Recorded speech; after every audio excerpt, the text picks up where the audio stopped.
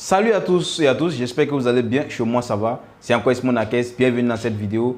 Aujourd'hui nous allons parler des logements en Inde. Il y a un abonné qui m'a posé la question de savoir si tu viens en Inde étant pas boursier, tu ne bénéficies pas d'une bourse ou bien d'une aide quelconque et tu veux venir en Inde pour étudier. Concernant le logement, comment se manifeste le logement? Est-ce que il m'a posé tant de questions et elle me dit de faire, si je peux faire une vidéo pour l'aider et faire tout. Donc aujourd'hui cette vidéo va parler des logements en Inde, comment faire en fonction des logements, comment ça marche. Mais pour l'instant, allons-y pour la pub, les gars, allons-y pour la pub. C'est parti.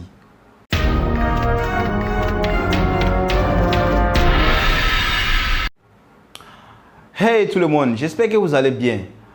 Aujourd'hui, nous allons parler des logements. Concernant les logements en Inde, ok, l'abonné m'a demandé si par exemple tu postules à la bourse et tu n'as pas eu la bourse de l'État indien ou bien tu n'as pas une aide quelconque et tu aspires vraiment à venir en Inde, tu cherches une admission dans une université et tu veux venir vraiment en Inde, comment faire pour les logements? Ok, les logements ici pour les étudiants, les logements en dehors des cités universitaires, c'est un peu compliqué.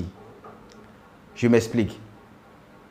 Lorsque tu es boursier, lorsque tu arrives, on te donne un logement, tu es logé. Si ton école a une cité, si ton école a des logements pour étudiants et tout autre, on te loge là-bas, on te fait tout. Mais si ton école n'a pas de cité universitaire, bon, ils vont s'arranger là-bas. Mais pour ceux qui viennent les mains réduites, c'est-à-dire qui viennent de eux-mêmes à leurs propres frais et qui ont fait l'admission en ligne, qui ne sont pas passés par quelqu'un, qui ont fait déjà l'admission en ligne et puis qui sont venus d'eux-mêmes ici, comment faire pour avoir un logement?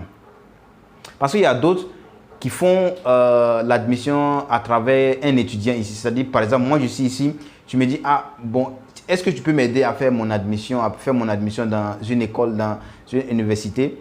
Là, comme ça, lorsque je viens, il y a quelqu'un pour me guider. Ou bien, avant même que tu arrives, avant que tu prends ton billet d'avion, j'ai déjà réservé une maison ici, j'ai déjà payé les cautions et tout. Et lorsque tu arrives, je te loge en même temps. Ou bien, lorsque tu arrives, par exemple, je suis dans un appartement. Je suis dans un appartement et il y a des maisons vides. Je peux négocier et te mettre là-bas. Mais ça, c'est si tu passes par quelqu'un pour faire ton admission ou bien si tu as quelqu'un pour te diriger ici. Mais si tu n'as pas quelqu'un ici, comme nous sommes arrivés ici, bon, heureusement nous sommes arrivés ici avec la bourse, mais si dans le cas contraire, si on venait pas avec la bourse, ça serait un peu compliqué. Ça sera un peu compliqué. Lorsque vous venez ici pour avoir la maison, pour avoir un logement, il y a, je peux dire 3 cas. Le premier cas est que si tu n'es pas boursier, même si tu n'es pas boursier et tu arrives, lorsque ton école a des logements pour étudiants, les gars peuvent négocier et te loger là-bas. Par exemple, il y a une université ici qui est, on appelle ça JITAM, quelque chose comme ça.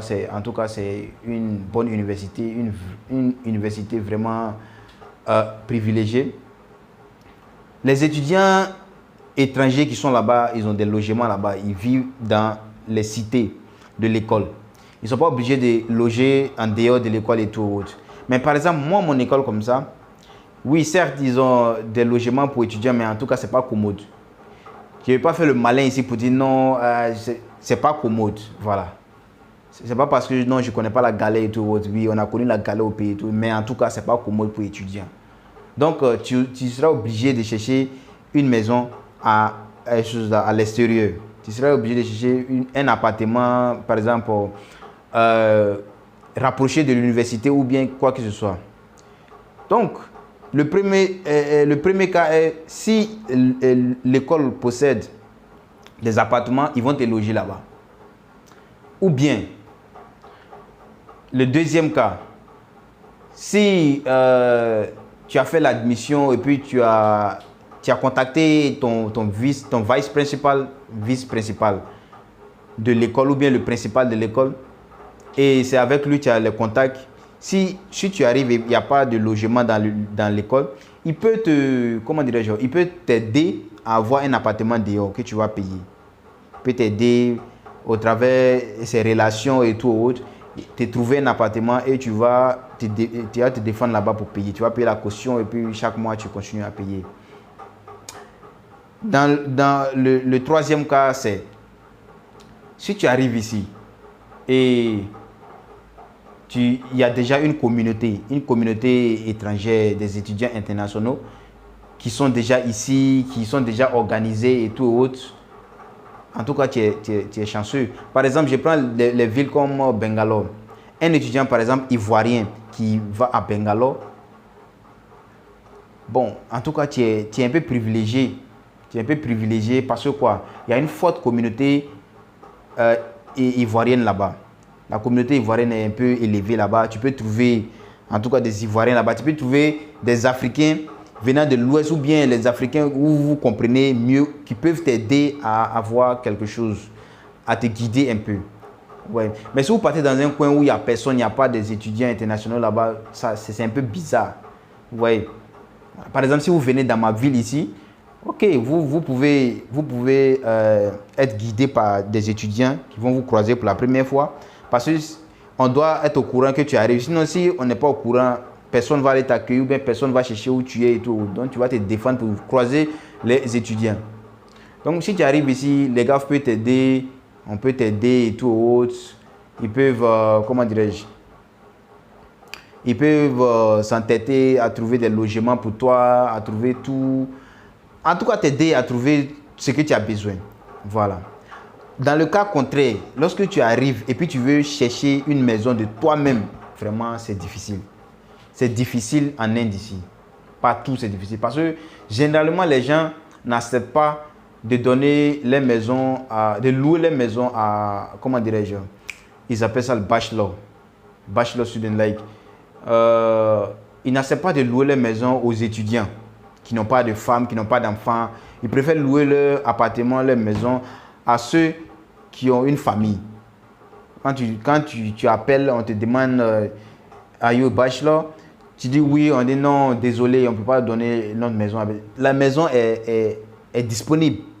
La maison est disponible, tout est propre, mais on te dit non, qu'on ne peut pas donner la maison à un étudiant qui n'a pas de femme, qui n'a pas d'enfant. Donc vous voyez, c'est un peu compliqué. Lorsque vous êtes, comment je vais appeler ça? Lorsque vous êtes étranger et en plus étudiant, single, si vous êtes seul, c'est difficile d'avoir un appartement. Surtout dans ma ville ici, c'est vraiment difficile. À moins que quelqu'un va te guider. Par exemple, moi je suis dans cet appartement-là, moi je suis dans cette construction-là, et il y a une maison libre dans la même construction. Je peux parler au propriétaire de la maison. Ah, il y a un frère qui arrive, donc vous pouvez réserver ça pour lui et tout. Là, comme ça, ce sera facile.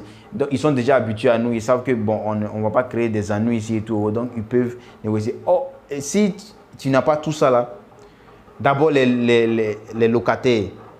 Ce ne sont pas les propriétaires de maisons, les locataires. Ceux qui louent les appartements dans la construction, ils vont dire non, il ne veut pas les étudiants. Il ne veut pas les étudiants dans choses là. Il ne veut pas cohabiter avec les étudiants. Vous voyez? Il ne veut pas cohabiter avec les étudiants. Non, les étudiants aiment faire des parties dans la maison. Ils aiment faire des bruits. Ils aiment jouer la musique. Ils boivent de l'alcool.